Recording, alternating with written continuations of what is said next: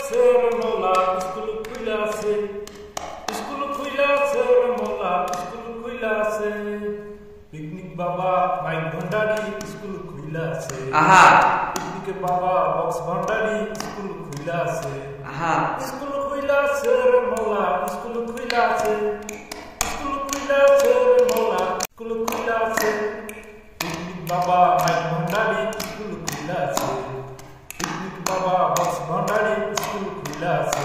এটা গানের অর্থ কি? বর্তমান যে হারে মানুষ পিকনিক খাচ্ছে, আমাদের গ্রামের ভাষায় পুষনিয়া। পুষনিয়া?